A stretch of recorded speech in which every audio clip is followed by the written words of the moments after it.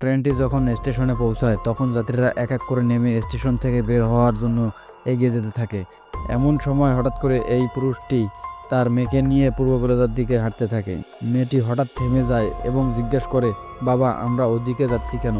সে প্রশ্নের জবাব দেওয়ার আগেই একজন ভিখারি এসে বলে, আমি সব শুনেছি, শুধু পূর্ব প্লাজায় নিরাপদ, আমি তোমাদের সাথেই যাব। মেয়েটি তখন পুরো সত্যটা বুঝে ফেলে। তখন সে এটা অন্য সবাইকে জানাতে চায়, কিন্তু তার বাবা যেতে তাকে বারণ করে। ঠিক তখন সামনে একজন সৈনিক এসে হাজির হয়। ভিখারি তখন খুশিতে চিৎকার করতে করতে সৈনিকের দিকে দৌড় দেয়। পুরুষটি তার মেয়েকে বলে, তুমি এখানেই থাকো। এটা বলে সেও সৈনিকের দিকে দৌড় দেয়। কিন্তু সবাইকে মূল প্লাজায় নিয়ে যাওয়া মাত্রই দেখা যায় সেখানকার সৈন্যরাও আসলে ভ্যাম্পারে পরিণত হয়েছে। ঠিক তখনই সেই সৈনিকের পেছন থেকে এক ঝাঁক ভ্যাম্পার বেরিয়ে আসে আর পুরুষটি ও ভিখারির দিকে ঝাঁপিয়ে পড়ে। পুরুষটি দ্রুত পেছনে তাকিয়ে দেখে একটি ভ্যাম্পার তার মেয়ের দিকে ছুটে আসছে। ঠিক তখনই দাজুয়াং নামের এই শক্তিশালী ব্যক্তিটি এসে ভ্যাম্পারটিকে ঘুষি মেরে উড়িয়ে দেয়। আর দাজুয়াং ও তার কয়েকজন বেসবল টিমের সদস্য একটি ঘরের দরজার কাছে গিয়ে সবাইকে তাড়াতাড়ি ভেতরে আসার জন্য বলে। পুরুষটি তখন দৌড়ে দরজার দিকে যাচ্ছিল, তখন একটি ভ্যাম্পার তাকে ফেলে দেয়।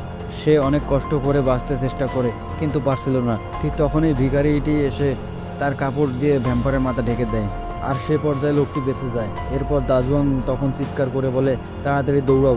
সবাই দরজার দিকে দৌড়াতে থাকে। দাজুয়াং কাউকে ফেলে না রেখে সবাইকে ভিতরে ঢুকে দেয়।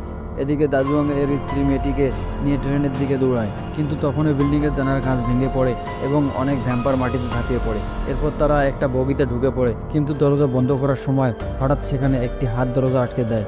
দেখা যায় সেটি ভিখারিটির হাত। এদিকে পুরুষটির পাশের কাছের দরজা আর আটকানো যাচ্ছিল না, কাঁচ ভেঙে পড়ে। সবাই ভয়ে দৌড়াতে থাকে। আর তারা যখন প্ল্যাটফর্মে পৌঁছায় তখন দেখা যায় ট্রেন ইতিমধ্যেই ছেড়ে দিয়েছে। হঠাৎ সামনে থেকে একদল ভ্যাম্পার এসে দুজন বেসবল খেলোয়াড়কে আক্রমণ করে।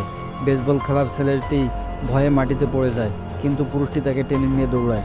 আরও তিনজন দৌড়াতে থাকে ট্রেনের পেছনে পেছনে। পুরুষটি ও বেসবল খেলার ছেলেটি ট্রেনে উঠতে পারলেও পুরুষটি যখন দাজুয়াংকে উঠাতে চায় তখন দাজুয়াং মাটি থেকে একটি ঢাল তুলে নেয় এবং বল্লমের মতো কিছু নিয়ে যুদ্ধ শুরু করে। সে পুরুষটিকে বলে, তুমি সরে দাঁড়াও। এই বলে সে ভ্যাম্পারগুলোকে ঠেকাতে থাকে। অনেক লড়াইয়ের পর অবশেষে দাজুয়াং ট্রেনে উঠতে পারে। ভিডিওটি ভালো লাগলে লাইক করুন আর চ্যানেলটিকে সাবস্ক্রাইব করুন।